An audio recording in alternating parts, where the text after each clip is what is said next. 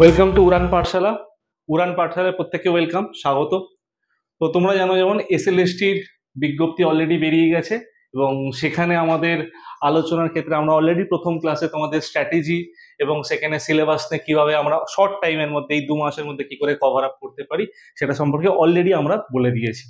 তো আমরা সিলেবাস ভিত্তিক যে আমাদের 9-10-এর ক্ষেত্রেও যেরকম দেখেছি 10খানা ইউনিট আছে, 11-12-এর ক্ষেত্রেও দেখেছি 10খানা ইউনিট আছে, তার একটা ইউনিটের ক্লাসের প্রথম টপিক নিয়ে আমরা এসেছি, দ্যাট ইজ ক্লাইমেটোলজি। ওকে, তো ক্লাইমেটোলজি অর্থাৎ জলবায়ুবিদ্যা। জলবায়ুবিদ্যা দেখবে প্রথম টপিকেই বলা আছে দ্যাট ইজ অ্যাটমসফিয়ার বা বায়ুমণ্ডল। এবার সেটা নিয়ে আমাদের আজকে আলোচনার বিষয়টা অ্যাটমসফিয়ারিক লেয়ার অ্যান্ড বায়ুমণ্ডল, যেটা নিয়ে আমাদের আলোচনার বিষয়। ওকে, তো আমি অভিজিৎ মুখার্জি, তোমাদের জিওগ্রাফির এডুকেটর। তো আমাদের আলোচনার বিষয় অলরেডি আমরা এখানে মেনশন করে রেখে দিয়েছি, তো সেটা নিয়ে এবং তার কম্পোজিশন নিয়ে, that is layers and composition নিয়ে, দুটো নিয়ে আমরা আলোচনা করব। ওকে, বলছে বায়ুমণ্ডলের স্তর। আমরা বায়ুমণ্ডলের ডিটেলমেন্টে যাওয়ার আগে একটা বেসিক জিনিস বুঝে নিই, বায়ুমণ্ডল বা অ্যাটমসফিয়ার বলতে কি বোঝায়। সিম্পল, যে ভূপৃষ্ঠ, ধরো এইটা হচ্ছে আর্থ সারফেস, ধরো এইটা হচ্ছে আর্থ সারফেস, এই অঞ্চলের উপর দিয়ে আমরা হাঁটাচলা করছি, ঘর বাড়ি এই অঞ্চলের উপর রয়েছে, গাছপালা এই অঞ্চলের উপর রয়েছে। এর নিচের দিকটা কি সয়েল, মৃত্তিকা, যেটা আমাদের একটা আলাদা টপিক রিজিওনাল জিওগ্রাফির মধ্যে রয়েছে। ঠিক সিমিলার ওয়েতে ওপরের দিকটা, অর্থাৎ এই ওপরের দিকটা হচ্ছে আমাদের বায়ুমণ্ডলের পার্ট, যেটাকে আমরা অ্যাটমসফিয়ার হিসেবে মেনশন করতে পারি বা বায়ুমণ্ডল বলতে পারি। তাহলে ভূপৃষ্ঠ থেকে কোন দিকে? ওপরের দিকে। তাহলে ভূপৃষ্ঠ থেকে ওপরের দিকে যে লেয়ার আমরা দেখতে পাই সেটা হচ্ছে অ্যাটমসফিয়ার, এবং ডেফিনেটলি এই লেয়ারটা কি? ইনভিজিবল বা অদৃশ্য। তাহলে ভূপৃষ্ঠ থেকে ওপরের দিকে যে অদৃশ্য গ্যাসীয় আবরণ পৃথিবীকে ঘিরে রয়েছে, অর্থাৎ বেষ্টন করে রয়েছে, তাকে আমরা বায়ুমণ্ডল বলতে পারি। এবার এই লেয়ারটা কত কিলোমিটার অব্দি সাধারণত হয়ে থাকে?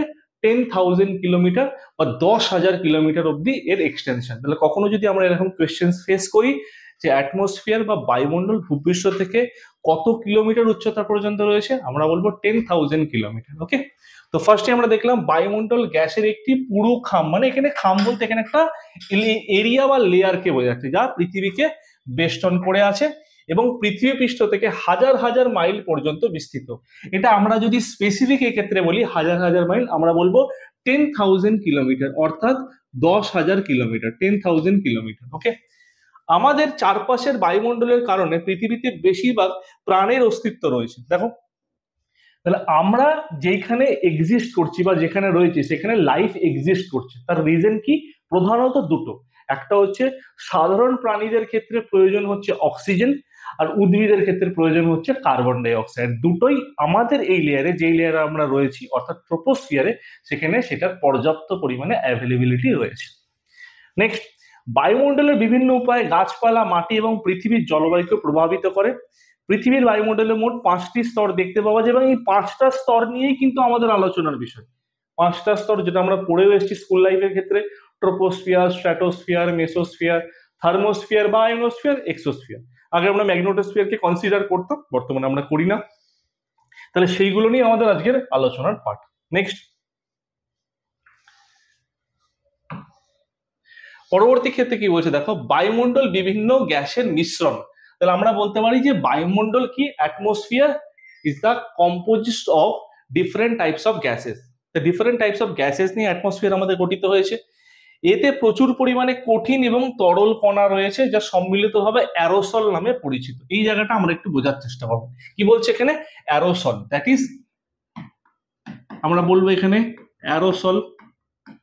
অ্যারো কথার অর্থ হচ্ছে এয়ার, আর সল কথার অর্থ হচ্ছে সলিড। তাহলে এয়ার বলতে কি? বায়ুকে বোঝাচ্ছে।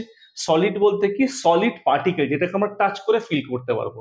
দেখবে কিছুক্ষণ, দেখবে আমরা রাস্তার ধারে কিছুক্ষণ যদি আধা ঘন্টা বাইককে পার্ক করে রেখে দিই, সিটের উপর দেখবে একটা কালো লেয়ার পড়ে যায় এবং হাত দিলে আমরা বুঝতে পারবো, দ্যাট ইজ আমরা ফিল করছি এবং দেখতে পাচ্ছি, সেটাকে বলছে অ্যারোসল। দিল্লিতে বা যে কোনো ইন্ডাস্ট্রিয়াল রিজিয়ানে, বিশেষ করে সিটি রিজিয়ান গুলোতে এটা ম্যাসিভ পরিমাণে দেখতে পাওয়া যায়। তাহলে এরোসল আমরা বললাম। বিশুদ্ধ শুষ্ক বায়ু প্রধানত নাইট্রোজেন, বায়ুমণ্ডলে নাইট্রোজেন সব থেকে বেশি পরিমাণে রয়েছে। Oxygen, carbon, argon, carbon die oxide, hydrogen, helium, এই গ্যাসগুলো নিয়ে, ওজোন গ্যাসগুলো নিয়ে, এগুলো নিয়ে আমাদের কিন্তু তৈরি। এই গ্যাসগুলো ছাড়াও কিন্তু জলীয় বাষ্প, ধূলিকণা, ধোঁয়া, লবণ ইত্যাদি এগুলো কিন্তু দেখতে পাওয়া যাচ্ছে বায়ুমণ্ডলের উপাদানের মধ্যে। নেক্সট এবার দেখবো এখানে বলছে বায়ুমণ্ডল কি কি নিয়ে গঠিত। এই যে কি কি নিয়ে গঠিত, এখানে দুটো জিনিস আমরা মাথায় রাখার চেষ্টা করবো। এই যে এগুলো বলেছে, এগুলো কি কি? এগুলো হচ্ছে গ্যাসেস। তা বায়ুমণ্ডল কি কি নিয়ে গঠিত, এগুলোকে আমরা কি বলছি? গ্যাসেস। এই গ্যাসেস গুলো দেখো, গ্যাসেস গুলো কি কি বলছে। ফার্স্ট বলছে নাইট্রোজেন। নাইট্রোজেনের ক্ষেত্রে যদি আমরা বলি, বায়ুমণ্ডলের নাইট্রোজেনের পার্সেন্টেজ 78.09%, ঠিক আছে। কিন্তু এসএলএসটি বা স্কুল সার্ভিসের ক্ষেত্রে এর একটু ডিটেল আমাদের যেতে হবে। কি নাইট্রোজেনের পার্সেন্টেজ হচ্ছে 78.084%, 78.084%। অক্সিজেনের পার্সেন্টেজ দেখো রাউন্ড ফিগারে পড়েছে 20.94%, যেটাকে আমরা 21%ও বলতে পারি, বা এটাকে আমরা লিখে দিতে পারি যে এক্সাক্ট 20.946%। আর্গন 0.93, যদি এক্সাক্টে যাই 0.934%। চেষ্টা করবে পয়েন্টের পর এই গ্যাসগুলোর জন্য 3খানা ডিজিট নেওয়া। নেক্সট অন্যান্য গ্যাসে 0.3%। এবার অন্যান্য গ্যাসের ক্ষেত্রে আর কোন কোন গ্যাস পড়ছে যদি আমরা বলি, এছাড়া কোন কোন গ্যাস? ধরো carbon die oxide. Carbon die oxide 0.036%। মাথায় রেখো, পুরোনো বুকগুলোতে, যারা পুরোনো বই দেখে তোমরা পড়াশোনা করছো টেক্সট বুকগুলোতে, সেখানে কিন্তু 0.033 থাকবে। কিন্তু অ্যাট প্রেজেন্ট 2019 ক্লাইমেটিক কনফারেন্সের ফলে সেটা চেঞ্জ হয়ে গেছে। It has been change to 0.036%। ওকে, এটা আমার খেয়াল রেখো।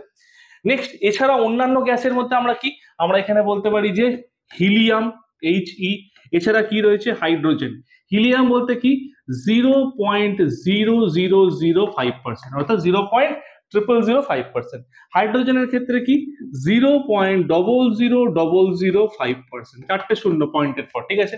তাহলে এই যে পার্সেন্টেজ গুলো দেখলাম, সব থেকে দেখবে হালকা গ্যাস হিলিয়াম, হাইড্রোজেন ডেফিনেটলি হালকা গ্যাস। হালকা গ্যাস কি হচ্ছে? ওপরের দিকে উঠে যাচ্ছে। তার মানে বায়ুমণ্ডলে যত ওপরের দিকে যাব, কোন গ্যাস প্রধানত বেশি পরিমাণে দেখতে পাবো? হাইড্রোজেন এবং হিলিয়াম গ্যাস। যত উপরের লেয়ার যদি বলি এক্সোস্ফিয়ারে, আমরা এই দুটো গ্যাসকে মেনলি দেখতে পাবো। ওকে, এছাড়া বলছে কি অন্যান্য গ্যাস। অন্যান্য গ্যাসের মধ্যে এই যে গ্যাসগুলো আমরা দেখলাম, এই গ্যাস অন্য carbon die oxide, helium, hydrogen. এছাড়া আমাদের ওজোন গ্যাস দেখতে পাবো, যে স্ট্র্যাটোস্ফিয়ারের মধ্যে আমরা পড়বো এখানে। বায়ুর চাপ। বায়ুর চাপ বলতে অ্যাটমসফেরিক প্রেশার। অ্যাটমসফেরিক প্রেশার বলতে এখানে কি বোঝাচ্ছে? অ্যাটমসফেরিক প্রেশার বলতে আমরা বুঝতে পারছি যে বায়ু সব জায়গায় সমানভাবে ইকুয়ালি ডিস্ট্রিবিউট নয়, বা বায়ুর মধ্যে সব জায়গায় তাপ সমান নয়। আর বায়ুতে যদি টেম্পারেচার সব জায়গায় সমান না হয়, তাহলে ডেফিনেটলি প্রেশার বা চাপ সব জায়গায় সমান হতে পারে না। তাহলে বায়ুর চাপ, যেটা অ্যাটমসফেরিক প্রেশারকে আমরা ব্যারোমিটার দিয়ে মেজার করে থাকি, সেই ব্যারোমিটারে বায়ুর চাপের যে রিডিংটা হয়, ওখানেও ফ্লাকচুয়েশন দেখতে পাওয়া যায়। তাহলে বায়ুর চাপও কিন্তু এখানে ম্যাটার করে। এই গ্যাসেস গুলো বাদ দিয়ে আমরা কিন্তু বায়ুমণ্ডল কি কি দিয়ে গঠিত এখানে বলেছি। তাহলে গ্যাসেস গুলো, এগুলো তো সবকটা গ্যাসেস, এগুলো তো সবকটা গ্যাসেস। তা এই গ্যাসেস গুলো ছাড়াও বায়ুর চাপ রয়েছে। বায়ুর চাপ কিন্তু কোনো উপাদান নয়, কিন্তু বায়ুর চাপ কি করছে? এটাকে কন্ট্রোল করছে, ম্যানিপুলেট করছে, ঠিক আছে। এছাড়াও আমাদের কি রয়েছে? এছাড়াও আমাদের বলতে পারি ডাস্ট পার্টিকেলস।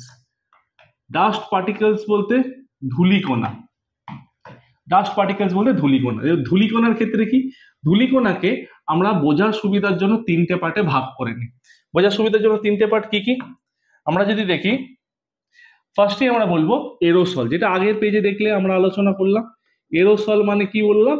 এরো কথার অর্থ হচ্ছে এয়ার, আর সল কথার অর্থ হচ্ছে সলিড। বায়ুতে যে সলিড পার্টিকেল বা বায়ুতে যে সলিড ধূলিকণাগুলো বা ডাস্ট পার্টিকেলস গুলো রয়েছে, সেটাকে আমরা বলতে পারছি।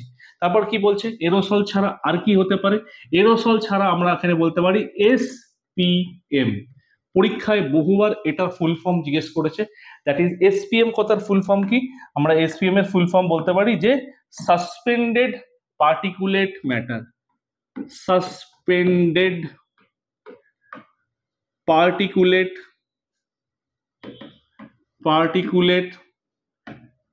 ম্যাটার। বাংলা মানে কি? বায়ুতে ভাসমান অতি সূক্ষ্ম ধূলিকণা। তাহলে SPM বলতে আমরা ফুল ফর্ম পেয়ে গেলাম, সাসপেন্ডেড পার্টিকুলেট ম্যাটার, মানে বাংলায় বলে বায়ুতে ভাসমান অতি সূক্ষ্ম ধূলিকণা। এখানে একটা জিনিস বোঝার বিষয় আছে, এই অতি সূক্ষ্ম যে ধূলিকণা, এগুলো মাইক্রোস্কোপিক, ঠিক আছে। এগুলোকে আমরা খালি চোখে কিন্তু দেখতে পাই না। আর আরেকটা যদি বলি কি, আরেকটা হচ্ছে স্মগ, SMOG। স্মগ বলতে কি বোঝায়? যে স্মগ দেখতে পাচ্ছ, স্মগ বলতে আমরা কি বোঝাচ্ছি? এই স্মগ, এই যে আমরা 3 নম্বরে ভাগ করলাম স্মগ, স্মগ হচ্ছে smoke, that is smoke plus fog, ঠিক আছে? Smoke plus fog, smoke plus fog, smoke plus fog, that is smoke মানে কি? ধোঁয়া, আর FOG ফগ মানে কি? কুয়াশা। তাহলে ধোঁয়া আর কুয়াশা দুটো মিলে কি তৈরি হচ্ছে? ধোঁয়াশা। এই ধোঁয়াশা ভারতের কোন শহরে সব থেকে ভয়ঙ্কর রূপ ধারণ করেছে? দ্যাট ইজ দিল্লিতে। ধোঁয়াশার ফলে কি হয়? যে আমাদের সাধারণত দেখতে পাচ্ছি যে ধোঁয়াশার ফলে যে ধূলিকণাগুলো রয়েছে এটা কুয়াশার সাথে মেখে এত লো লেয়ারে নেমে আসে বা নিচের দিকে নেমে আসে, সেক্ষেত্রে কি হচ্ছে? সেই অঞ্চলের ক্ষেত্রে ভিজিবিলিটির প্রবলেম এবং লো ডেন্সিটির চলে আসার ফলে মানে 2 মিটার 3 মিটার দূরের গাড়িও আমরা দেখতে পাবো না, তো অ্যাক্সিডেন্টের পসিবিলিটি বেড়ে যায় সেই অঞ্চলে। ওকে, তাহলে এটা হচ্ছে আমাদের বায়ুমণ্ডলের বেসিক কম্পোজিশন। বলতে আমরা 3টে জিনিস বুঝলাম। একটা হচ্ছে গ্যাসেস রয়েছে, যেটা হচ্ছে নাম্বার 1। গ্যাসেস ছাড়া কি? Dust particles. আমরা নাম্বার 2 ডাস্ট পার্টিকেলস এর মধ্যে এরোসল পেলাম, SPM পেলাম আর স্মগ পেলাম। ওকে, তাহলে এই দুটো জিনিস দেখলাম। আর 3 নম্বর এলিমেন্ট কি? আমরা জলীয় বাষ্প, দ্যাট ইজ ওয়াটার ভেপার। যদি আমরা জলীয় বাষ্প বলি, জলীয় বাষ্পকে আমরা কি বলতে পারি? H2O। H2O মানে জলীয় বাষ্প, ঠিক আছে? তাহলে বায়ুতে জলীয় বাষ্পের পরিমাণ কত? এটা অনেক সময় কোশ্চেন দেয়।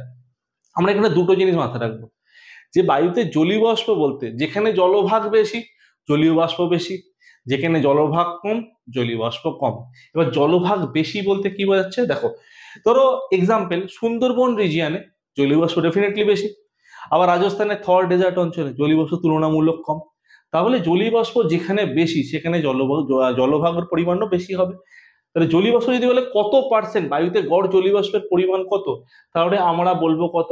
3 to 5%, 3 থেকে 5%। যদি রেঞ্জ বলে তো অপশন দিয়ে দিল 1 to 2%, 2 to 4%, 5 to 6%, আমরা অ্যান্সার করবো 3 to 5%। যদি সিঙ্গেল ডিজিটে দেয় যে 2%, 4%, 6%, 8%, তখন কি করব? 3 আর 5 এর অ্যাভারেজ কত? That is 4। তাহলে অ্যান্সার হয়ে যাবে সিঙ্গেল ডিজিটে দিলে 4%। ওকে, তাহলে এই পয়েন্টটা আমরা মাথায় রাখলাম। জলীয় বাষ্পের পরিমাণ সিঙ্গেল ডিজিটে 4%, রেঞ্জ দিলে 3 থেকে 5%। নেক্সট, পরবর্তী স্লাইডে। এবার আমরা বায়ুমণ্ডলের যে স্তরগুলো উপরে যাওয়ার সাথে সাথে চাপ কমছে, আমরা এগুলো বেসিক জিনিস জানি, ঠিক আছে? যে বায়ুমণ্ডলের স্তর যত উপরের দিকে যাবে তাদের বায়ুর চাপ তত তুলনামূলক হ্রাস পাবে, ঠিক আছে? মানে উইথ দ্য ইনক্রিজিং হাইট, তাহলে অ্যাটমসফেরিক প্রেসার কি হচ্ছে? ডিক্রিজ করছে। আমরা দেখেছি টেম্পারেচারও ডিক্রিজ করছে। ওকে, তাহলে সঙ্গে কি বলছে? সমুদ্র পৃষ্ঠ থেকে বায়ুর চাপ সমুদ্র পৃষ্ঠে মানে সি সারফেসের ওখানে বায়ুর চাপ কি হয়? সর্বোচ্চ থাকে, এটা ম্যাক্সিমাম, এটা ইম্পর্টেন্ট পার্ট, সর্বোচ্চ। এবং উচ্চতার সাথে সাথে হ্রাস পায়। তাহলে উচ্চতার সাথে সাথে তো প্রেসার তো হ্রাস পাচ্ছি, সঙ্গে আরেকটা জিনিসও হ্রাস পায়, টেম্পারেচার। তাহলে আমরা বলতে পারি with the increasing height pressure decreases and temperature also decreases. তাহলে উচ্চতা বৃদ্ধির সাথে সাথে তাপমাত্রা এবং বায়ুর চাপ দুটোই তুলনামূলকভাবে হ্রাস পাচ্ছে। ওকে, নেক্সট। এবার এখানে কি বলছে? যে উচ্চতার সাথে সাথে হ্রাস পাচ্ছে, উচ্চতার তাপমাত্রা অঞ্চলগুলিও তো উত্তপ্ত হয়। এখন একটি নিম্নচাপ এলাকা তৈরি হয়। নিম্নচাপ বলতে কি বোঝাচ্ছে? আমরা সাধারণত জানি দুটো প্রেসার জোন হয়, একটা হচ্ছে হাই প্রেসার, একটা হচ্ছে লো প্রেসার, একটা হচ্ছে উচ্চচাপ, একটা হচ্ছে নিম্নচাপ। সাধারণত উচ্চচাপ থেকে বায়ু কোন দিকে যায়? নিম্নচাপের দিকে যায়। হাই প্রেসার থেকে লো প্রেসারের দিকে অলওয়েজ যায়। এখানে আমরা সেম জিনিসগুলো দেখবো। নেক্সট, নিম্নচাপ মেঘলা আকাশ এবং আর্দ্র আবহাওয়ার সঙ্গে যুক্ত। এই পয়েন্টটা খুব ইম্পর্টেন্ট, যে নিম্নচাপ মেঘলা আবহাওয়া এবং আর্দ্র আবহাওয়ার সঙ্গে যুক্ত, মেঘলা আকাশ এবং আর্দ্র আবহাওয়ার সঙ্গে যুক্ত। নিম্ন তাপমাত্রা এলাকায় ঠান্ডা বাতাস, ঠান্ডা বাতাস বলতে আমরা সেই বাতাসের মধ্যে জলীয় বাষ্পের তুলনামূলক পরিমাণ কম থাকছে এবং ভারী বায়ু ডুবে যাচ্ছে এবং একটি উচ্চচাপ এলাকা তৈরি হচ্ছে। উচ্চচাপ এলাকা তৈরি হচ্ছে মানে কি? হাই প্রেসার উচ্চচাপ এলাকা, আরেকটা দেখতে পাচ্ছি লো প্রেসার নিম্নচাপ এলাকা। তাহলে উচ্চচাপ থেকে বায়ু কোন দিকে যাচ্ছে? নিম্নচাপের দিকে যাচ্ছে। হাই প্রেসারের থেকে কোন দিকে যাচ্ছে? নিম্নচাপের দিকে যাচ্ছে। তো মানে অলওয়েজ মাথায় রাখবো যে wind attracts wind that is from high pressure to low pressure, high pressure থেকে লো প্রেসারের দিকে নিয়ে আসে। সেম জিনিস এখানে বলেছে। পরবর্তী স্লাইডে যদি যাই, আমরা দেখব যে এখানে মেনশন করে দিয়েছে পরবর্তী স্লাইডের ক্ষেত্রে যে বায়ুমণ্ডলের স্তর সমূহ। এবার বায়ুমণ্ডলের স্তরে ঢোকার আগে আমরা বেসিক কয়েকটা জিনিস আমরা একটু দেখে নেব। যে বায়ুমণ্ডলের স্তর সমূহে এখানে আমাদের বলে দিয়েছি যে 5টা স্তর থাকে, যেটা আমরা আলোচনা করলাম, ট্রোপো, স্ট্র্যাটো, মেসো, থার্মো, এক্সো। ঠিক আছে, এখানে একটা ছবি দেওয়া আছে, আমরা সিকোয়েন্স দেখতে পাচ্ছি। এবার এই জিনিসগুলোকে আমরা ইজি ওয়েতে বোঝার চেষ্টা করি। দেখো,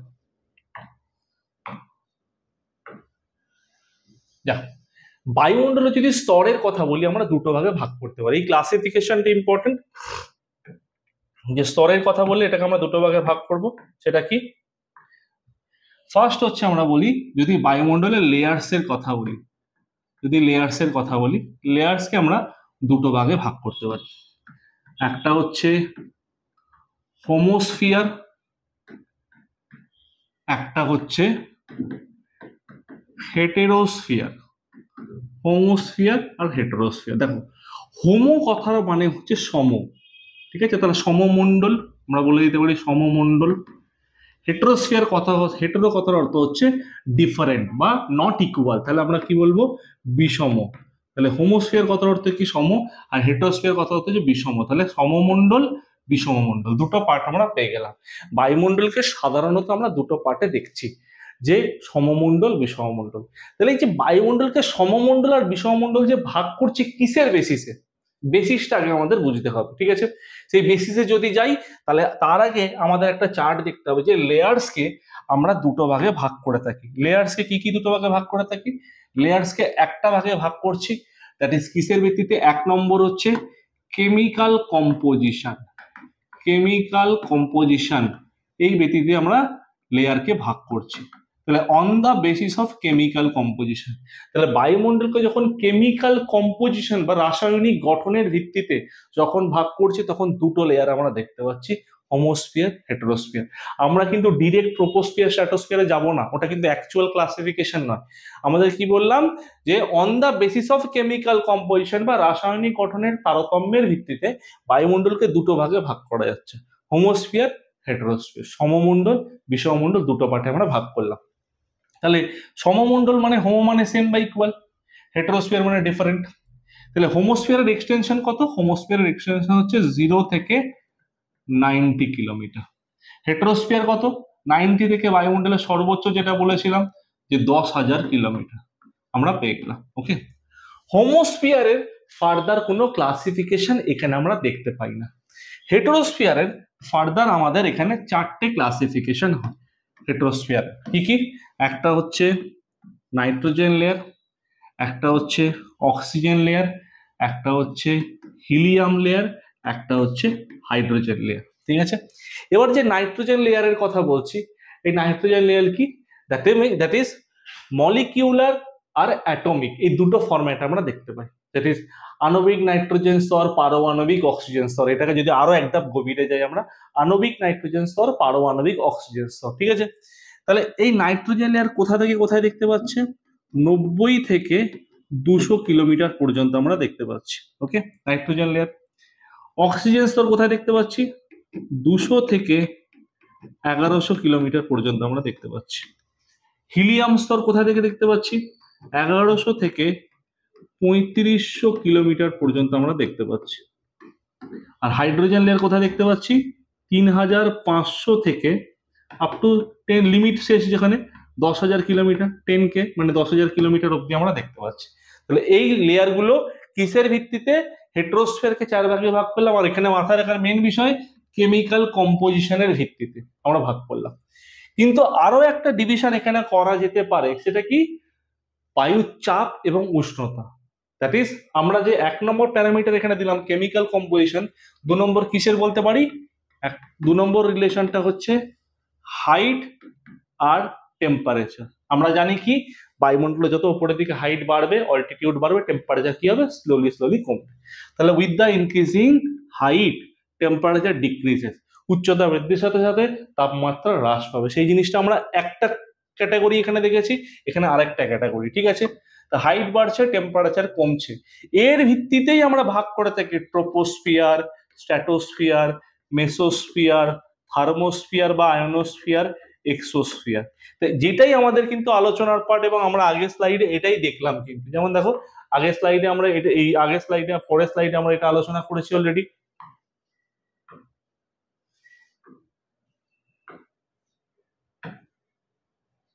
দেখো এই ভিত্তিতেই এখানে ভাগগুলো করে দিয়েছে যে ট্রোপোস্ফিয়ার, স্ট্র্যাটোস্ফিয়ার, মেসোস্ফিয়ার। এই যে ট্রোপো, স্ট্র্যাটো, মেসো, থার্মো, এক্সো, এই যে ভাগগুলো পড়ছে এটা কিসের বেসিসে?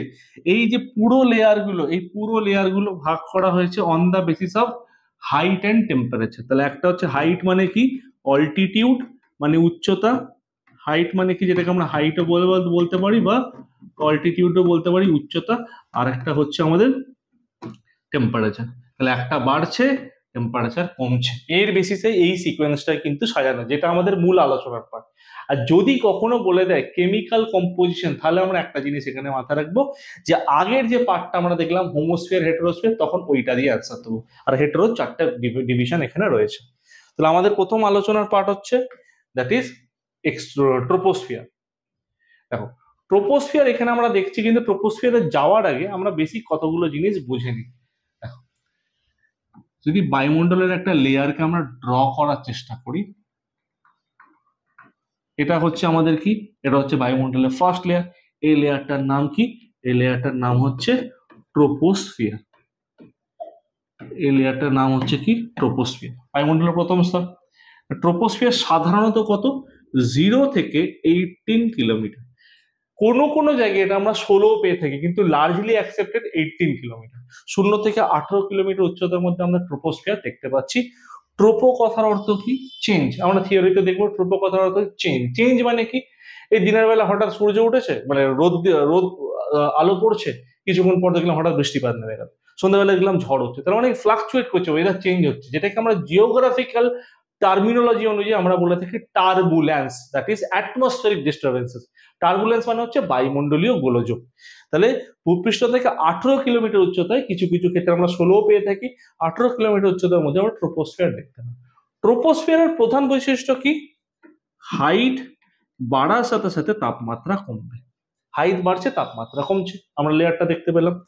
তাহলে এই ট্রোপোস্ফিয়ার যেটা আমরা বললাম বায়ুমণ্ডলের প্রথম স্তরে, ট্রোপোস্ফিয়ারের উপরের দিকটা ট্রোপোপজ দেখতে পাই। আমরা থিওরিতে এগুলো আলোচনা করব, আমরা লেয়ারগুলো আগে দেখে নিই। এটা হচ্ছে ট্রোপোস্ফিয়ার। ট্রোপোস্ফিয়ারের পরের লেয়ারটার নাম হচ্ছে কি আমাদের?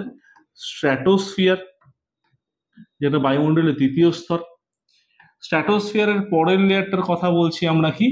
মেসোস্ফিয়ার, যেটাকে বলা হয় বায়ুমণ্ডলের তৃতীয় স্তর, মেসোস্ফিয়ার। তার পরের লেয়ারটা যদি আমরা কথা বলি, এটাকে আমরা বলবো থার্মোস্ফিয়ার। থার্মোস্ফিয়ার বা এর একটা অপর নাম আছে আয়োনোস্ফিয়ার। থার্মোস্ফিয়ার বা আয়োনোস্ফিয়ার, আমরা একটা অপর নামও একে ডাকতে পারি। ওকে। আর সবার ওপরের লেয়ারটা যদি কথা বলি, এটা হচ্ছে এক্সোস্ফিয়ার। এক্সোস্ফিয়ার তার মানে বেসিক ক্যারেক্টার কি? এখানে হাইট বাড়ছে, টেম্পারেচার কমছে। এখানে হাইট বাড়ছে, টেম্পারেচার বাড়ছে। কেন বাড়ছে আমরা দেখবো, বেসিক স্ট্রাকচার বুঝে নিই। হাইট বাড়ছে, মেসোস্ফিয়ারে এগেন টেম্পারেচার কমবে, মানে কি? ট্রোপোস্ফিয়ারে যেটা হচ্ছে মেসোস্ফিয়ারে সেম জিনিস রিপিট হচ্ছে। ওকে। আর আমরা বলেছিলাম হালকা গ্যাস ওপরে উঠে যাবে, তাহলে একদম উপরে কে রয়েছে? হিলিয়াম আর হাইড্রোজেন, একদম হালকা গ্যাস ওপরে উঠে যাচ্ছে। ওকে। তাহলে থার্মোস্ফিয়ার আর আয়োনোস্ফিয়ারের কথা যদি বলি, এটা কোনো আলাদা লেয়ার নয়, একটাই লেয়ার। নিচের দিকটা থার্মোস্ফিয়ার, ওপরের দিকটা আয়োনোস্ফিয়ার। তাহলে 0 থেকে 18 ট্রোপোস্ফিয়ার, 18 থেকে 50 হচ্ছে স্ট্র্যাটোস্ফিয়ার, 50 থেকে 80 কোনো জায়গায় 90 পাই। কেন? 10 কিলোমিটারের পার্থক্য, আমরা থিওরি আলোচনা করার সময় দেখবো। তাহলে দ্যাট ইজ মেসোস্ফিয়ার। 80 থেকে 400 নিচের দিকটা হচ্ছে থার্মোস্ফিয়ার। 400 থেকে 640 দ্যাট ইজ আয়োনোস্ফিয়ার। 640 থেকে আপ টু 10,000 কিলোমিটার, কোনো জায়গায় এটাকে আমরা মেনলি দেখতে পাই 960 কিলোমিটার। কেন 960 কিলোমিটার? কেন 640 বা 640 থেকে 960 কিলোমিটার মধ্যে হচ্ছে প্রপার এক্সোস্ফিয়ারই রয়েছে। তাহলে 960 থেকে 10,000 কিলোমিটার কি রয়েছে? তাহলে ওই অঞ্চলটা এক্সোস্ফিয়ারের কিছু ক্যারেক্টার ডেভেলপ করেছে, যেটাকে আগে আমরা ম্যাগনেটোস্ফিয়ার বলতাম। একটা ম্যাগনেটিক ফিল্ড বা চৌম্বকীয় ক্ষেত্র রয়েছে, সেটা সময়ের সাথে সাথে কি হয়েছে? আস্তে আস্তে ডেভেলপ করেছে। ওকে। তো নেক্সট পরবর্তী ক্ষেত্রে আমরা যাব, পরবর্তী স্লাইডে। বায়ুমণ্ডলের নিচের স্তর ট্রোপোস্ফিয়ার, যেমন আগের ছবিতে দেখলাম যে বায়ুমণ্ডলের নিচের স্তর ট্রোপোস্ফিয়ার। এবার এটি কি বলছে? বিষুব রেখা। বিষুব রেখা মানে কিন্তু নিরক্ষ রেখা, দ্যাট ইজ ইকুয়েটার। বিষুব রেখা মানে কিন্তু নিরক্ষরেখা, নিরক্ষরেখা বরাবর এর উচ্চতা কত কিলোমিটার, নিরক্ষরেখা বরাবর এর উচ্চতা হচ্ছে 18 কিলোমিটার। ওকে, নিরক্ষরেখা বরাবর 18 কিলোমিটার উচ্চতা পর্যন্ত বিস্তৃত। মানে আমরা যদি বলি এই হচ্ছে সার্কেল, নিরক্ষরেখা মাঝ বরাবর 0 ডিগ্রি, এই বরাবর অঞ্চলে কত 18 কিলোমিটার। ওকে, আর যত মেরুর দিকে যাচ্ছে এর হাইট কমে যাচ্ছে, কত 8 কিলোমিটার উচ্চতা হয়ে গেছে। তাহলে নিরক্ষরেখা বরাবর, যেখানে আমরা 18 কেন বলেছিলাম, ওই কারণে 18 বলেছিলাম, দাগের স্লাইডে যেখানে আমরা ছবি দেখলাম যে এই কারণে আমরা 18 এখানে বলেছিলাম। ওকে, নেক্সট, তাহলে নিরক্ষরেখা বরাবর 18 কিলোমিটার উচ্চতা, আর মেরু অঞ্চলে মানে নর্থ পোল সাউথ পোল, উত্তর মেরু দক্ষিণ মেরুতে এটা হচ্ছে 8 কিলোমিটার। এবার এখানে একটা জিনিস মাথায় রাখো, যদি ইন কেস আমাদের 18 কিলোমিটারের জায়গায় পরীক্ষা 16 কিলোমিটার থাকে, অপশনে যদি 18 না থাকে, আমরা 16কেই কিন্তু কনসিডার করব। নেক্সট, তাহলে এটা সব থেকে নিচের স্তর বায়ুমণ্ডলের। এবার একটা জিনিস বোঝো, আমি বলেছিলাম হোমোস্ফিয়ার কত থেকে কত কিলোমিটার বলেছিলাম, হোমোস্ফিয়ার বলেছিলাম 0 থেকে 90 কিলোমিটার, 0 থেকে 90 কিলোমিটার। সমমণ্ডল দেখো তো, এটা 0 থেকে 18 এর মধ্যে পড়ছে, তাহলে এটা হোমোস্ফিয়ারেরও পার্ট। ট্রোপোস্ফিয়ার হোমোস্ফিয়ারের মধ্যেও ইনক্লুড হচ্ছে। হোমোস্ফিয়ার মানে কিন্তু সমমণ্ডল, হোমোস্ফিয়ার মানে হচ্ছে সমমণ্ডল, এর মধ্যেও কিন্তু ইনক্লুড হচ্ছে। তাহলে আমরা এখানে ক্লিয়ারলি মেনশন করে দিতে পারি যে troposphere is the part of homosphere as well as atmosphere. মানে কি, তাহলে আমরা সেন্টেন্স দাঁড় করাতে পারবো এখানে কি, troposphere is the first layer of the atmosphere as well as homosphere. বায়ুমণ্ডলের প্রথম স্তর হচ্ছে ট্রোপোস্ফিয়ার এবং সমমণ্ডলের প্রথম স্তর ট্রোপোস্ফিয়ার। কেন, 90 কিলোমিটারের মধ্যে এক্সিস্ট করছে, দু ক্ষেত্রে 0 থেকে স্টার্ট হচ্ছে এটা। ওকে, নেক্সট পয়েন্ট। তাহলে এখানে আমরা দেখলাম, আর ট্রোপো কথার অর্থ কি, আমি আগেও বলেছি ট্রোপো কথার অর্থ হচ্ছে চেঞ্জ, অ্যাটমসফেরিক চেঞ্জেস, যেটা আমরা আলোচনা করলাম, বা যেটাকে আমরা শুদ্ধ ভাষায় আরেকটা কথাও বলতে পারি টার্বুলেন্স। টার্বুলেন্স মানে হচ্ছে গোলযোগ, অ্যাটমসফেরিক ডিস্টারবেন্সেস। নেক্সট পয়েন্ট, 3 নম্বর পয়েন্টে কি বলছে, সমস্ত আবহাওয়ার ঘটনা ট্রোপোস্ফিয়ারে সীমাবদ্ধ, যেমন কুয়াশা, মেঘ, হিম, বৃষ্টিপাত, ঝড় ইত্যাদি। মানে আমরা বলবো যে all types of atmospheric disturbances takes place in this layer. সমস্ত রকম বায়ুমণ্ডলীয় গোলযোগ এই স্তরে লক্ষ্য করা যাচ্ছে। কেন, তার প্রধান দুটো রিজন আছে। এক হচ্ছে due to the presence of water vapour, জলীয় বাষ্পের উপস্থিতি, and second presence of dust particle, that is ধূলিকণা রয়েছে। তাহলে ধূলিকণা জলীয় বাষ্প রয়েছে বলেই এই ঝড়, বৃষ্টিপাত, দুর্যোগ, সাইক্লোন যা কিছু হচ্ছে সেগুলো এই রিজনের জন্য। এই স্তরে উচ্চতার সাথে সাথে তাপমাত্রা হ্রাস পাচ্ছে, যেটা আমরা আগেও বলেছিলাম, যে ছবিটা আমরা এখানে দেখেছি অলরেডি। হাইট বাড়ছে, দেখো টেম্পারেচার কমছে। তাহলে এখানে একটা জিনিস মাথায় রাখবো, with the increasing height temperature decreases. কি রেটে ডিক্রিজ করছে, at the rate of 6.46 degree Celsius. 6.46 মানে কত, 6.46 মানে 6.5 ডিগ্রি সেলসিয়াস। তার মানে বায়ুমণ্ডলে যত উপরের দিকে যাব, উচ্চতা কমুক বা বাড়ুক, অলওয়েজ রিমেম্বার দ্যাট 10,000 কিলোমিটারের মধ্যে যা ঘটনা হবে, উচ্চতা কমুক বা বাড়ুক, তার একটা কনস্ট্যান্ট টেম্পারেচার রিডিং নেওয়া আছে। কমলেও 6.5 ডিগ্রি সেলসিয়াস হারে কমবে প্রতি কিলোমিটার উচ্চতা বৃদ্ধির সাথে সাথে। মানে প্রতি 1 কিলোমিটার উচ্চতা বাড়লে 6.5 ডিগ্রি সেলসিয়াস হারে কমবে। আমরা দেখো স্ট্র্যাটোস্ফিয়ারে বলেছি বাড়বে, মানে বাড়লেও ওই রেটেই বাড়বে, কমলেও ওই রেটেই কিন্তু কমবে, এটা মাথায় রাখবো। ওকে, 1 কিলোমিটার মানে কত, 1000 মিটার। তাহলে আমরা এখানে কি বলছি, যে আমরা এখানে বলছি যে এই স্তরে উচ্চতার সাথে তাপমাত্রা কি হবে, হ্রাস পাচ্ছে। তাপমাত্রা কত, যেটা আমরা আলোচনা করলাম, 1 কিলোমিটার মানে 1000 মিটার, 6.5 ডিগ্রি সেলসিয়াস হ্রাস পাচ্ছে। একে কি বলা হচ্ছে, একে যাকে স্বাভাবিক ল্যাপস রেট বলা হয়, বা উষ্ণতা হ্রাসের স্বাভাবিক হার, যেটাকে আমরা শর্টে কি বলে থাকি, NLR। NLR কথার অর্থ কি, NLR এটাকে আমরা বলছি NLR। NLR মানে হচ্ছে normal lapse rate. Normal lapse rate মানে হচ্ছে উষ্ণতা হ্রাসের স্বাভাবিক হার, এটাকে আমরা এখানে বলে থাকছি যে নর্মাল ল্যাপস রেট মানে উষ্ণতা স্বাভাবিক হার, যেটা এই অঞ্চলে আমরা দেখতে পাচ্ছি মেইনলি। তাহলে NLR, দ্যাট ইজ NLR কোথায় অ্যাপ্লিকেবল হচ্ছে, ট্রোপোস্ফিয়ারে অ্যাপ্লিকেবল হচ্ছে। Next slide. ট্রোপোস্ফিয়ারের ওপরের সীমাকে ট্রোপোপজ বলা হয়। যেমন দেখো না, এখানে আমরা ট্রোপোস্ফিয়ার যে দেখলাম আগের স্লাইডে, ট্রোপোস্ফিয়ার ওপরের দিকটা হচ্ছে স্ট্র্যাটোস্ফিয়ার, নিচের ট্রোপোস্ফিয়ার। এই ট্রোপোস্ফিয়ার আর স্ট্র্যাটোস্ফিয়ারের মাঝের পয়েন্টটা, এই অঞ্চলটা ট্রোপোস্ফিয়ার আর স্ট্র্যাটোস্ফিয়ারের মাঝের পয়েন্ট বলতে আমরা বলবো, ট্রোপোস্ফিয়ার তো 18 কিলোমিটার অব্দি বলেছিলাম, এই 16 থেকে 18 কিলোমিটার এর মাঝে 2 থেকে 3 কিলোমিটার অঞ্চল। 16 থেকে 18 মানে 16, 17, 18, 2 থেকে 3 কিলোমিটার রিজিয়ন। এই রিজিয়নটা কি নামে পরিচিত? এই রিজিয়নটা হচ্ছে টিপি। টিপি মানে হচ্ছে দ্যাট ইজ ট্রোপোপজ। এটাকে আমরা কি বলছি? ট্রোপোপজ। তাহলে পরীক্ষায় দুটো কোশ্চেন দিতে পারে। ট্রোপোপজ যদি বলে কোন রেঞ্জে দেখতে পাওয়া যায়, আমরা বলবো 16 থেকে 18 কিলোমিটার অঞ্চলে দেখতে পাওয়া যায়। যদি বলে যার বিস্তার কত, কত থেকে কত, কত থেকে কত বললে বলবো 2 থেকে 3 কিলোমিটার। আর যদি সিঙ্গেল ডিজিটে জিজ্ঞেস করে তাহলে বলবো 1.5 কিলোমিটার। এটা মাথায় রাখো কিন্তু, হ্যাঁ, সিঙ্গেল ডিজিটে বললে, কারণ 3কে আমরা অর্ধেক করে দিয়েছি, অ্যাভারেজ করে দিয়েছি, ঠিক আছে? That is 1.5 kilometre. এই ট্রোপোপজের তাপমাত্রা কত? আমরা বললাম তো ট্রোপোস্ফিয়ারে কি হচ্ছে, হাইট বাড়ছে, টেম্পারেচার কমছে, উষ্ণতা বাড়ছে, তাপমাত্রা কমছে। তাহলে তাপমাত্রা যেটা কমছে, কমে কত হচ্ছে? -56 degree Celsius to -60 degree Celsius. তাহলে ট্রোপোপজের তাপমাত্রা কত হচ্ছে? -56 ডিগ্রি সেলসিয়াস থেকে -60 ডিগ্রি সেলসিয়াস ট্রোপোপজের তাপমাত্রা আমরা লক্ষ্য করতে পারছি। নেক্সট, ধূলিকণা, জলীয় বাষ্প এবং অন্যান্য অমেঘ মানে মেঘের কথা বলছে, এখানে দেখতে পাওয়া যাচ্ছে। ধূলিকণাও রয়েছে, জলীয় বাষ্প রয়েছে। আমরা বললাম যে ধূলিকণা, জলীয় বাষ্প রয়েছে বলেই ট্রোপোস্ফিয়ারের সমস্ত রকম অ্যাটমসফেরিক ডিস্টারবেন্স, বায়ুমণ্ডলীয় গোলযোগ, বায়ুমণ্ডলীয় ঝড় ঝঞ্ঝা, এগুলো এই অঞ্চলে দেখতে পাওয়া যাচ্ছে।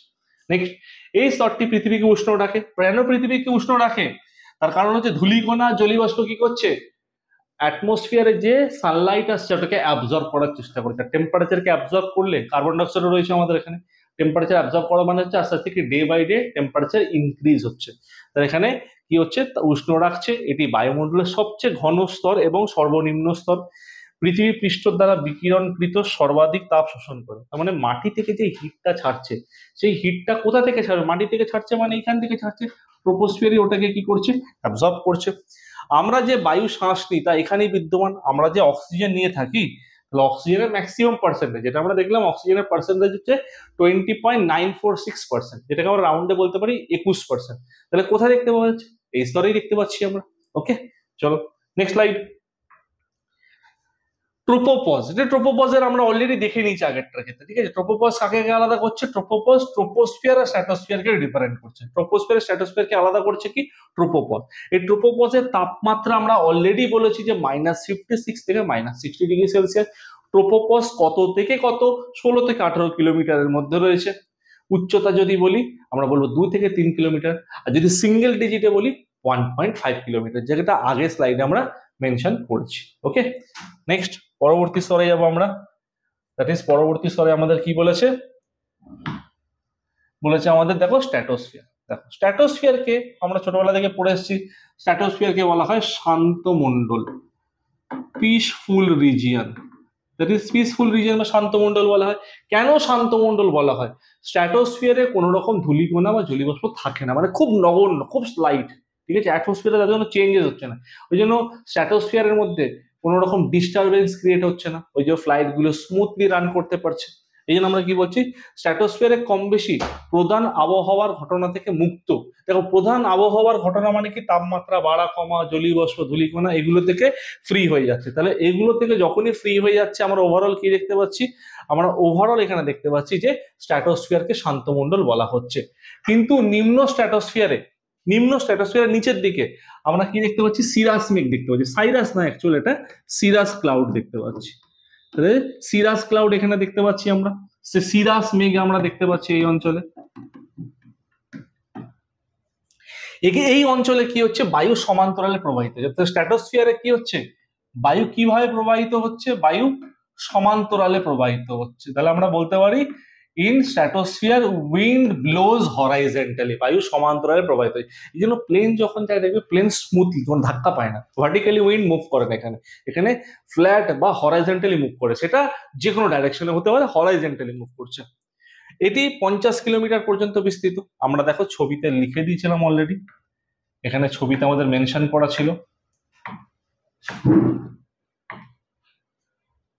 দেখো এই দেখো 18 থেকে 50, পরেরটা আমাদের লেখা আছে 80 অব্দি, থেকে 18 থেকে 50 কিলোমিটার অব্দি আমরা দেখতে পাচ্ছি। তাহলে এটি 50 কিলোমিটার পর্যন্ত বিস্তৃত। জেট বিমানগুলো এই স্ট্র্যাটোস্ফিয়ারের মধ্যে দিয়ে চলাচল করে, কারণ এটি অনুকূল উড়ন্ত অবস্থা প্রদান করে। অনুকূল মানে কি? এটা হচ্ছে ফেভারেবল কন্ডিশন, মানে এখানে কোনো জলীয়বাষ্প ধূলিকণা থাকছে না। নেক্সট, ওজোন স্তর এই লেয়ারেই দেখতে পাওয়া যায়। ওজোন স্তর পৃথিবী পৃষ্ঠ থেকে 15 থেকে 35 কিলোমিটারের মধ্যে, কোথাও কোথাও এই 15টা তোমরা 20 কিলোমিটারও দেখতে পারো, দুটোই ঠিক ভুল নয়। 15 কিলোমিটার থেকে কি দেখো, 18 পর থেকে তো আমাদের শুরু হচ্ছে স্ট্র্যাটোস্ফিয়ার, তারপর 15 যদি ধরি তাহলে 15 তো অ্যাকচুয়াল কিন্তু স্ট্র্যাটোস্ফিয়ারের মধ্যে পড়ছে না। সেই সেন্সে আমরা বলতে পারি যে 20 থেকে 35 বা 18 থেকে 35 বা 15-র মধ্যেও কিন্তু ওজোন গ্যাসের অস্তিত্ব শুরু হয়ে যাচ্ছে। তাহলে আমরা বলছি স্ট্র্যাটোস্ফিয়ারের মধ্যে যে স্ট্র্যাটোস্ফিয়ারের যে লেয়ারটা, দ্যাট ইজ 20 থেকে 35 কিলোমিটার বা 15 থেকে 35 কিলোমিটার মধ্যে ওজোন গ্যাস দেখতে পাওয়া যাচ্ছে, যেটা আমাদের এখানে লেখা আছে। এবার এই ওজোন গ্যাস কি করছে? ওজোন গ্যাস কি করছে? ক্ষতিকারক অতিবেগুনি রশ্মির হাত থেকে আমাদের রক্ষা করছে। যে it protects us from harmful UV radiation, ultraviolet radiation থেকে প্রোটেক্ট করছে। কেন? এই যে ইউভি রেডিয়েশন আসছে আমাদের স্কিনে যদি লাগে, আমাদের স্কিনের এক ধরনের পিগমেন্ট থাকে, তার নাম কি? মেলানিন। স্কিনের পিগমেন্টকে ট্রিগার করে দেয়, উত্তেজিত করে দেয়। মানে স্কিনে আমাদের এক ধরনের স্কিন ক্যান্সার রোগ দেখা যায়, যে ক্যান্সারে মানুষ মারা যাবে না, স্কিনের মধ্যে কালো কালো ছোপ সৃষ্টি হবে, যেটাকে আমরা কি বলি? মেলানোমা। মেলানোমা রোগের নাম, ঠিক আছে? স্কিন ক্যান্সারকে আমরা মেলানোমা বলছি। ওজোন গ্যাস এই স্তর থেকে আমাদের এই কাজগুলো করছে। এবং ওজোন যে আস্তে আস্তে day by day ozone hole বা ওজোন গহ্বরটা বৃদ্ধি পাচ্ছে, এটা প্রথম কে বলেছিল? প্রথম বলেছিল হচ্ছে জর্ডন ডবসন, ক্যালিফোর্নিয়ার একজন জিওলজিস্ট। উনি প্রথম বলেছিল, যে ক্লাইমেটোলজিস্ট অ্যাজ ওয়েল অ্যাজ জিওলজিস্ট, উনি বলেছিল যে বায়ুমণ্ডলের ওজোন স্তর আস্তে আস্তে আস্তে আস্তে ক্ষয় পাচ্ছে। এবং এই জর্ডন ডবসন 1957 সাল থেকে 1985 সাল অব্দি অ্যান্টার্কটিকার হ্যালি বে নামক স্থানে ও কি করেছিল? এক্সপেরিমেন্ট করেছিল। এবং সেই এক্সপেরিমেন্টের মাধ্যমে বলেছিল, একটা ইনস্ট্রুমেন্ট ইনভেন্ট করেছিল, ইনস্ট্রুমেন্টের নাম হচ্ছে ডবসন আল্ট্রাভায়োলেট স্পেকট্রোমিটার। এই ডবসন আল্ট্রাভায়োলেট স্পেকট্রোমিটার যন্ত্রের সাহায্যে পরিমাপ করে বলেছিল যে বায়ুমণ্ডলের ওজনের ঘনত্ব ডে বাই ডে কমছে, মানে ওজোন স্তর পাতলা হচ্ছে। আর ওজোন স্তর যত পাতলা হবে তত ওজোন গ্যাস বা ক্ষতিকারক অতিবেগুনি রশ্মি কি হচ্ছে? ইনফিল্ট্রেট করে ভূপৃষ্ঠে ঢুকবে। এবং মানুষের শরীরের মধ্যে শুধু ওই মেলানোমা জাতীয় স্কিনের প্রবলেম নয়, এছাড়াও নানা রকম এগ্রিকালচারাল ইস্যুস বা আমাদের অ্যাকচুয়াল পানীয় জলের সমস্যা, এগুলো আমরা লক্ষ্য করবো। ওকে, ওজোন স্তর প্রতিরক্ষামূলক আবরণ হিসেবে কাজ করে, অলরেডি আমরা বলে দিয়েছি। সৌর বিকিরণের অতিবেগুনি রশ্মি শোষণ করে, ডান আমাদের আলোচনা। ওজোন হ্রাসের ফলে ভূপৃষ্ঠ তাপমাত্রা বৃদ্ধি পেতে পারে এবং বায়ুমণ্ডল নিম্নতর হতে পারে। নেক্সট, স্ট্র্যাটোস্ফিয়ারের গোড়ায় তাপমাত্রা। স্ট্র্যাটোস্ফিয়ারের গোড়ায় তাপমাত্রা, গোড়া বলতে কি? স্ট্র্যাটোস্ফিয়ারের গোড়া বলতে স্ট্র্যাটোস্ফিয়ারের নিচের দিকটা বলছে। নিচের দিকটা কি? দেখো ছবি আমাদেরকে বলে দেবে। আমরা বলেছিলাম যে ট্রোপোপজের তাপমাত্রা, আমরা বলেছিলাম যে ট্রোপোপজের তাপমাত্রা, দেখো ট্রোপোপজের তাপমাত্রা আমরা বলেছিলাম, দেখো -56 থেকে -60। এবার দেখো ট্রোপোপজ হচ্ছে নিচের দিকে, স্ট্র্যাটোপজের নিচের দিকে, সেই কথাটাই বলেছে যে এর নিচের দিকে তাপমাত্রা -60 ডিগ্রি সেলসিয়াস, এবং ওপরে যত দিকে যাচ্ছি আমরা তাপমাত্রা আস্তে আস্তে বাড়তে থাকবে। তো স্ট্র্যাটোস্ফিয়ারের ওপরের সীমাকে বলা হয় স্ট্র্যাটোপজ। এবার স্ট্র্যাটোপজের ডিটেলসে যাওয়ার আগে আমরা একটা জিনিস এখানে দেখবো, যে স্ট্র্যাটোপজে কি বলছে। যে স্ট্র্যাটোপজে কি বলছে, মেসোস্ফিয়ারে যাওয়ার আগে এই যে স্ট্র্যাটোপজ লেখা আছে আমাদের, স্ট্র্যাটোপজ কি? ধরো এইটা হচ্ছে আমাদের ট্রোপোস্ফিয়ার, এইটা হচ্ছে স্ট্র্যাটোস্ফিয়ার, এইটা হচ্ছে মেসোস্ফিয়ার। এই যে দেখতে পাচ্ছি আমরা ট্রোপোস্ফিয়ার আর স্ট্র্যাটোস্ফিয়ারের মধ্যে অঞ্চলটাকে বলা হচ্ছে ট্রোপোপজ, যেটা আমরা টেম্পারেচার দেখলাম -56 থেকে -60 ডিগ্রি সেলসিয়াস। স্ট্র্যাটোস্ফিয়ার আর মেসোস্ফিয়ারের মাঝের অঞ্চলটাকে বলা হচ্ছে কি? স্ট্র্যাটোপজ, যেটা আমরা কত দেখলাম টেম্পারেচার? এই স্ট্র্যাটোপজের টেম্পারেচার হচ্ছে 0 ডিগ্রি সেলসিয়াস। তাহলে স্ট্র্যাটোপজ যেখানে আমরা দেখতে পাচ্ছি, এই যে স্ট্র্যাটোপজ, এর তাপমাত্রা হচ্ছে 0 ডিগ্রি সেলসিয়াস। স্ট্র্যাটোপজের তাপমাত্রা 0 ডিগ্রি সেলসিয়াস। ওকে, তাহলে এটা আমরা পেয়ে গেলাম। তাহলে এই যে স্ট্র্যাটোপজের থিকনেস কত? সেম 48 থেকে 50 কিলোমিটার, এরও 2 থেকে 3 কিলোমিটার স্ট্র্যাটোপজের বিস্তার, 2 থেকে 3 কিলোমিটার, মানে 48 কিলোমিটার থেকে 50 কিলোমিটার অব্দি স্ট্র্যাটোপজ আমরা দেখতে পাচ্ছি। নেক্সট, পরবর্তী 3 নম্বর স্তর আমরা মেসোস্ফিয়ারে যাব। মেসোস্ফিয়ার কি? বায়ুমণ্ডলের তৃতীয় স্তর, স্ট্র্যাটোস্ফিয়ারের ওপরে অবস্থিত। আমরা একটু আগে ছবিতে দেখলাম মেসোস্ফিয়ার 50 থেকে 90 কিলোমিটার। দেখো মেসোস্ফিয়ার অ্যাকচুয়াল 50 থেকে 80 কিলোমিটার পর্যন্ত লক্ষ্য করা যায়। 80 থেকে 90, এই যে 10 কিলোমিটার, এটা কিন্তু মেসোপজ, যেটা কি করছে? মেসোস্ফিয়ার এবং তার উপরে যে থার্মোস্ফিয়ার রয়েছে ওকে সেপারেট করছে। তাহলে আমরা বললে কি লিখবো? 50 থেকে 80 লিখবো, এই 50 থেকে 90 লিখবো? দেখো 50 থেকে 80 হচ্ছে মেসোস্ফিয়ার, মেসোপজকে যদি ইনক্লুড করি তাহলে হচ্ছে আমাদের বলবো যে 90 কিলোমিটার অব্দি। তাহলে মেসোপজ কি কোনো আলাদা লেয়ার? মেসোপজের দুটো পরিচিতি আছে, সমমণ্ডল আর বিষমমণ্ডল। হোমোস্ফিয়ার আর হেট্রোস্ফিয়ারকে সেপারেট করেছে কে? মেসোপজ সেপারেট করেছে। মেসোপজ তাহলে কার পার্ট? মেসোস্ফিয়ারেরই পার্ট। তাহলে মেসোপজ যদি মেসোস্ফিয়ারের পার্ট হয়, তাহলে আমরা সিম্পলি ক্লিয়ারলি এখানে বলে দিতে পারবো যে 80 থেকে 90 কিলোমিটার মানে কি? 80 থেকে 90 কিলোমিটার মানে 10 কিলোমিটার মেসোপজেরই অংশ, মানে মেসোপজ যেহেতু মেসোস্ফিয়ারের অংশ। ঠিক আছে। এখানে উচ্চতার সাথে তো তাপমাত্রা কমছে, তার মানে আমাদের কি স্ট্র্যাটোস্ফিয়ারে আমরা কি দেখলাম? স্ট্র্যাটোস্ফিয়ারে এখানে একটা জিনিস আমরা অ্যাড করব।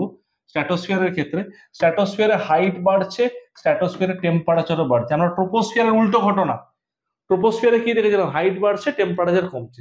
স্ট্র্যাটোস্ফিয়ারে কি হচ্ছে? হাইট বাড়ছে, টেম্পারেচার বাড়ছে, উচ্চতা বৃদ্ধির সাথে সাথে উষ্ণতা বৃদ্ধি পাচ্ছে। কি রেটে? সেম রেট কখনো চেঞ্জ হবে না।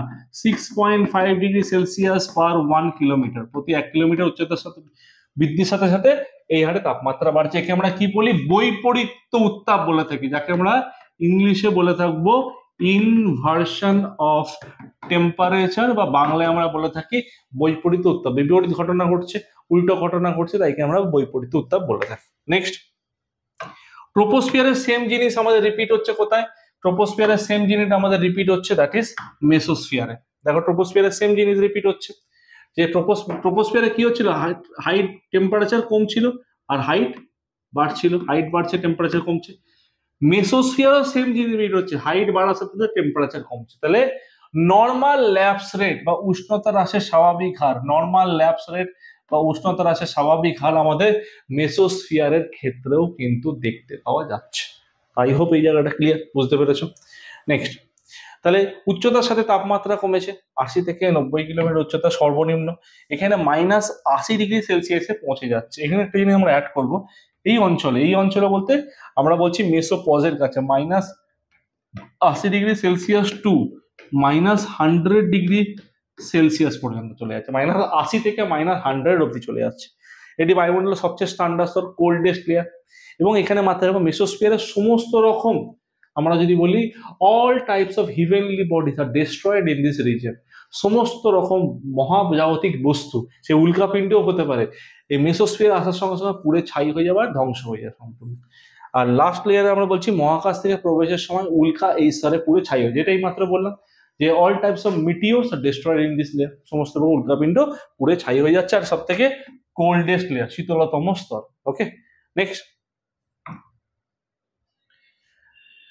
থার্মোস্ফিয়ার বা আয়নোস্ফিয়ার। দেখো থার্মোস্ফিয়ার শুরু হচ্ছে কবে? দেখো পৃথিবী পৃষ্ঠে 80 থেকে, দেখো ওই এটা 90-তে শেষ হলো, এটা 80-তে শুরু হচ্ছে। কেন?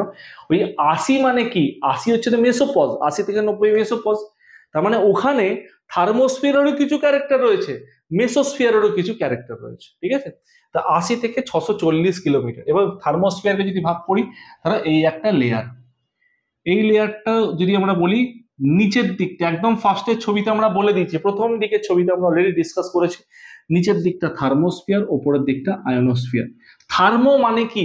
থার্মাল কন্ডিশন, তাপীয় অবস্থা। আয়নো মানে কি? আয়নো মানে হচ্ছে আয়োনাইজড কন্ডিশন, আয়নিত অবস্থা। তার মানে 80 থেকে 400 কিলোমিটার হচ্ছে থার্মোস্ফিয়ার, 400 থেকে 640 কিলোমিটার হচ্ছে আয়নোস্ফিয়ার। তাহলে পৃথিবী পৃষ্ঠে 80 থেকে 640 কিলোমিটার ডিরেক্ট লিখেছি কেন? এখানে থার্মোস্ফিয়ার আয়নোস্ফিয়ার দুটো মেনশন করা আছে।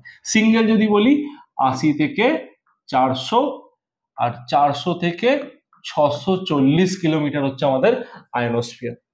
তাহলে উচ্চতা বৃদ্ধির সাথে তাপমাত্রা দ্রুত বৃদ্ধি পাবে, এখানে তাপমাত্রা কমার কোনো কারণ নেই, এখানে তাপমাত্রা হু করে বাড়তে থাকবে। যদি থার্মোস্ফিয়ারের গড় তাপমাত্রার কথা বলি, থার্মোস্ফিয়ারের গড় তাপমাত্রা হচ্ছে 1200 থেকে 1400 ডিগ্রি সেলসিয়াস থার্মোস্ফিয়ারে। আয়নোস্ফিয়ারের গড় তাপমাত্রা 1400 থেকে 1600 ডিগ্রি সেলসিয়াস। ওকে, নেক্সট, উচ্চতা বৃদ্ধির সাথে তাপমাত্রা দ্রুত হারে বৃদ্ধি পাচ্ছে, এটি একটি বৈদ্যুতিক চার্জ যুক্ত স্তর। বৈদ্যুতিক চার্জ মানে কি? Electric particles. ইলেকট্রিক পার্টিকেল দেখা যাচ্ছে কেন? আয়নোস্ফিয়ারে কি হচ্ছে? আয়নোস্ফিয়ারের মধ্যে প্রোটন রয়েছে, প্রোটন হচ্ছে পজিটিভ, ইলেকট্রন রয়েছে, ইলেকট্রন হচ্ছে নেগেটিভ।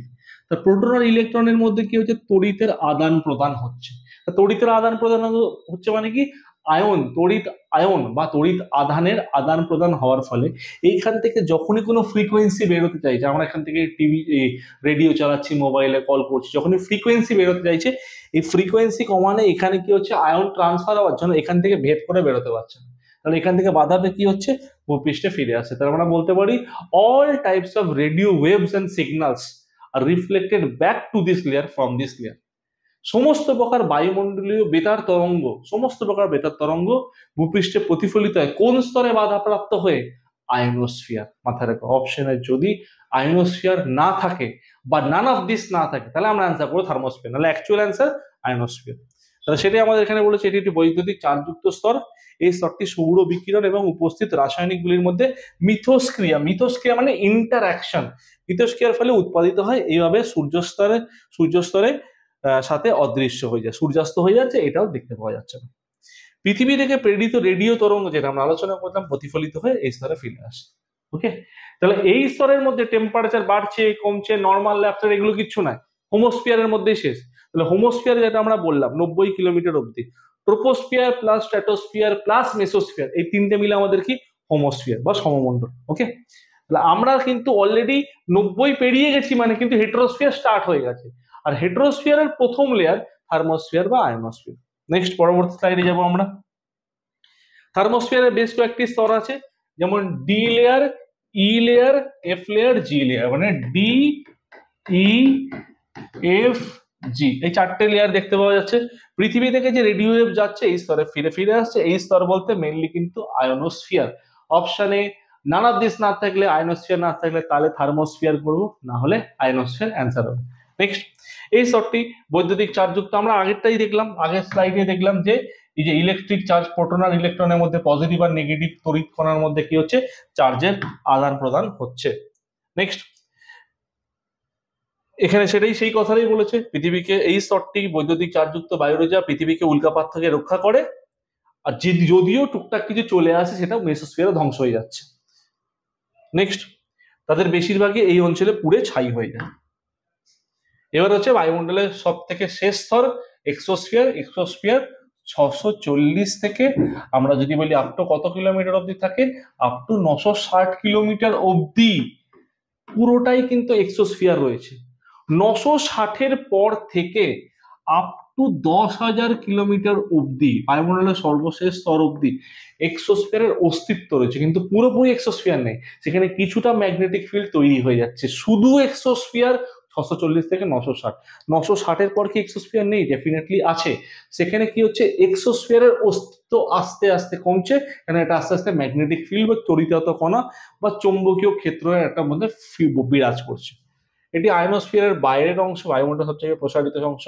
ঘনত্ব খুবই কম, তাপমাত্রা দেখতে পাচ্ছ, তাহলে এই তাপমাত্রা এটা কিন্তু সর্বোচ্চ, এটা কিন্তু ম্যাক্সিমাম বা হাইয়েস্ট টেম্পারেচার। যদি বলে আমরা নর্মাল তাপমাত্রা কত, 2000 ডিগ্রি সেলসিয়াস, তাহলে এখানে এক্সোস্ফিয়ারের অ্যাভারেজ টেম্পারেচার যদি কত বলে, আমরা বলবো 2000 degree Celsius, that is average temperature. তাহলে এক্সোস্ফিয়ারকে বায়ুমণ্ডলের লাস্ট লেয়ার হিসেবে ধরা হয়, কিন্তু বায়ুমণ্ডলের লাস্ট লেয়ার হিসেবে এক্সোস্ফিয়ারকে বায়ুমণ্ডলের শেষ স্তর হিসেবে ধরা হয়। ওকে, নেক্সট, হিলিয়াম আর হাইড্রোজেন। আমরা বলেছিলাম হিলিয়াম বায়ুমণ্ডলে হিলিয়াম আর হাইড্রোজেন, হিলিয়ামের পার্সেন্টেজ কত আমরা বলেই দিয়েছিলাম, হিলিয়ামের পার্সেন্টেজ হচ্ছে 0.0005% বায়ুমণ্ডলে, হাইড্রোজেন হচ্ছে 0.00005% বায়ুমণ্ডলে এই গ্যাসের পার্সেন্টেজ। তাহলে হিলিয়াম আর হাইড্রোজেন হালকা গ্যাস ওপরে চলে যাচ্ছে, এখানে ভেসে থাকছে। আর থার্মোস্ফিয়ারের শীর্ষে 10,000 কিলোমিটার অব্দি এটা বিস্তৃত। 10,000 কিলোমিটার, যেটা আমরা এখানে বললাম না যে 960 অব্দি দেখতে পেলো, আপ টু 10,000 কিলোমিটার অব্দি রয়েছে, সেই জিনিসটা এখানে বলা রয়েছে। ওকে, তার মানে এক্সোস্ফিয়ার কি হচ্ছে, 960 থেকে 10,000 কিলোমিটার অব্দি আছে, মানে আমরা বলতে পারি exosphere gradually merges with the magnetic field বা ম্যাগনেটোস্ফিয়ার। তো গ্র্যাজুয়ালি মানে স্লোলি। আগে আমরা ম্যাগনেটিক ফিল্ড বা ম্যাগনেটোস্ফিয়ারকে আলাদাভাবে ধরতাম, যেমন প্লুটোকে ধরতাম, বামন গ্রহ। 2004-5-এ কি হলো, প্লুটোকে ইন্টারন্যাশনাল অ্যাস্ট্রোনমিক্যাল ইউনিয়ন কি বললো, বললো যে প্লুটোকে গ্রহ হিসেবে ধরা যাবে না, প্ল্যানেট হিসেবে ধরা যাবে না, প্রপার ও কক্ষপথ দেখতে পাওয়া যায় না, কিছু কিছু সময় নেপচুনের কক্ষপথে ঢুকে পড়ে, অনেক কারণবশত বাদ দিল। তেমনি এক্সোস্ফিয়ারকে লাস্ট লেয়ার হিসেবে ধরা হচ্ছে, বর্তমানে ম্যাগনেটোস্ফিয়ারকে ধরা হয় না। নেক্সট, এবার এখানে আমরা দুটো পয়েন্ট অ্যাড করব। একটা হচ্ছে কি কিছু স্পেশাল ফ্যাক্ট বা ইনফো অ্যাড করব। ইনফো কি? বায়ুমণ্ডলের চাপ, দ্যাট ইজ বায়ুর চাপ, বা আমরা যদি বলি অ্যাটমসফেরিক প্রেশার, বায়ুমণ্ডল চাপ বা অ্যাটমসফেরিক প্রেশার কোন ইনস্ট্রুমেন্ট দিয়ে পরিমাপ করা হয়? That is barometer. ব্যারোমিটার দিয়ে পরিমাপ করা হয় বায়ুর চাপ, ব্যারোমিটার দিয়ে পরিমাপ করা হয়। টরিসেলের ব্যারোমিটার ইউজ করা হয়ে থাকে। বায়ুর চাপকে কোন এককে প্রকাশ করা হয়ে থাকে? মিলিবার, স্মল এম স্মল বি, কিন্তু হ্যাঁ দ্যাট ইজ আমরা বলতে পারি যে মিলিবার। অনেকে ভাবে পাস্কাল ভাবতে পারো, বার ভাবতে পারো, তা কিন্তু নয়, দ্যাট ইজ মিলিবার এককে বায়ুর চাপকে প্রকাশ করে। নাম্বার 2। আর নাম্বার 3, এখানে একটা কোশ্চেন দেয় অনেক সময়, তোমরাও জানো, দ্যাট ইজ আইসোবার। আইসোবার মানে কি? আইসো মানে সেম, বার মানে চাপ, সমচাপ। তাহলে আইসোবার প্রোফাইল বা আইসোবার লাইন বলতে কি বোঝাচ্ছে? সমচাপ রেখা। কোনো একটা অঞ্চলের সমান চাপযুক্ত অঞ্চলগুলোকে যে কাল্পনিক রেখা দিয়ে যুক্ত করলাম, তাহলে রেখাটা কিরকম দেখতে হলো? এরকম A point, B point, C point, D point. কোনো একটা অঞ্চলের বায়ুর চাপকে যদি অঞ্চলগুলোকে সমান একটা কাল্পনিক রেখা দিয়ে যুক্ত করা হলো, সমান চাপযুক্ত অঞ্চলকে, তাকে আমরা কি বলবো? বায়ুচাপ বলবো, বা সেটাকে আমরা বলবো আইসোবার লাইন বা সমচাপ রেখা। তাহলে এটাকে আমরা কি বলবো? সমচাপ রেখা। তো আই হোপ যেই পয়েন্টগুলো আমরা আলোচনা করলাম এত অবধি প্রত্যেকের ক্লিয়ার। এটা হচ্ছে অ্যাটমসফিয়ারের মেন পার্ট, বিশেষ করে কোন কোন পার্ট? লেয়ার্সের পার্টগুলো এখানে আমরা আলোচনা করলাম। ওকে, তাহলে এখানে কি কি জিনিস দেখবে? কম্পোজিশন দেখবে, কি কি নিয়ে তৈরি, গ্যাসের পার্সেন্টেজ গুলো লক্ষ্য করবে, যেটা আমরা অলরেডি আলোচনা করেছি। গ্যাসের পার্সেন্টেজ হলো ওয়াটার ভেপার বা জলীয় বাষ্প, ডাস্ট পার্টিকেলস বা ধূলিকণা, এগুলো। এবং এছাড়া বায়ুমণ্ডলের যে লেয়ারগুলো দেখছি সেই লেয়ার, এবং সঙ্গে এই যে ইম্পর্টেন্ট ফ্যাক্টস এর মধ্যে এখান থেকে কিছু কোয়েশ্চেন দিতে পারে। তোমরা লেয়ারের পার্টটা বা অ্যাটমসফিয়ারের পার্টটা পুরোটা কমপ্লিট করবে। ওকে, চলো, থ্যাংক ইউ সকলকে। তোমরা প্রত্যেকে চেষ্টা করো যে আমাদের ডেসক্রিপশন বক্সে, ইউটিউব চ্যানেলের ডেসক্রিপশন বক্সে তোমরা আমাদের অ্যাপসের লিঙ্ক পেয়ে যাবে। তোমরা অ্যাপটা ডাউনলোড করে নিয়ে এরকম ভিডিওসের জন্য তোমরা চ্যানেলটাকে সাবস্ক্রাইব করে রাখো। প্রত্যেককে থ্যাংক ইউ।